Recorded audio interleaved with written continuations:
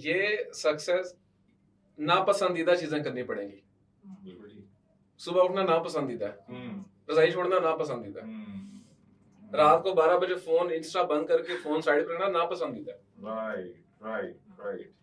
अब ये वही जो सर ने बोला डिसिप्लिन, अब नापसंदीदा चीजें करना नहीं चाहते लेकिन पसंदीदा सीट चाहिए। तो ऐसे तो नहीं होता। सर आपने नापसंदीदा चीजें छोड़ी थी? I was about to Sir, ask. please allow me to say something about their routine. जी। उसमें ये है कि आपका सबसे बड़ा कंसर्न ये है कि बहुत से बच्चे फेल होते हैं और हम क्या डिफरेंट उनको ऑफर करने जा रहे हैं। सबसे पहला तो प्रॉब्लम बच्चों की रूटीन में ये है कि उनको अपने टारगेट्स का ही नहीं पता।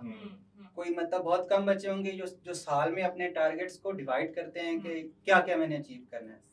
फिर ये है कि बहुत से बच्चे ऐसे होते हैं जो मटेरियल कंज्यूम कर रहे होते हैं वो बहुत लो ग्रेड होता है।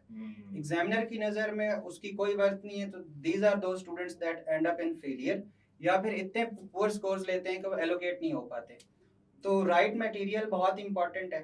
डेली स्केड्यूल्ड वे में पढ़ना कि आपके डेली टारगेट्स क्या हैं, ये बहुत इंपॉर्टेंट है। और in the light of previous years जिस तरह जो हाल हो रहा है सब्जेक्ट्स का, तो उस हिसाब से करंट अफेयर्स, इंग्लिश भी और जीएसए, ये 3 सब्जेक्ट्स ऐसे हैं जो किसी भी बच्चे के स्केड्यूल से हटने ही नहीं चाहिए। ये दिन के पहले 3 टास्क हैं, इंग्लिश भी, करंट अफेयर्स और जीएसए। ये पहले 3 टास्क हैं और उसके बाद आपका टाइम लिखा हुआ होना चाहिए कि इतने आवर्स मैंने इस सब्जेक्ट को देना है।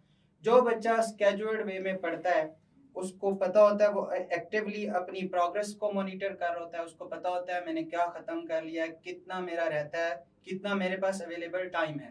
सो स्केड्यूल्ड वे में पढ़ना बहुत ज़रूरी है। क्वालिटी मटेरियल कंज्यूम करना बहुत इंपॉर्टेंट है।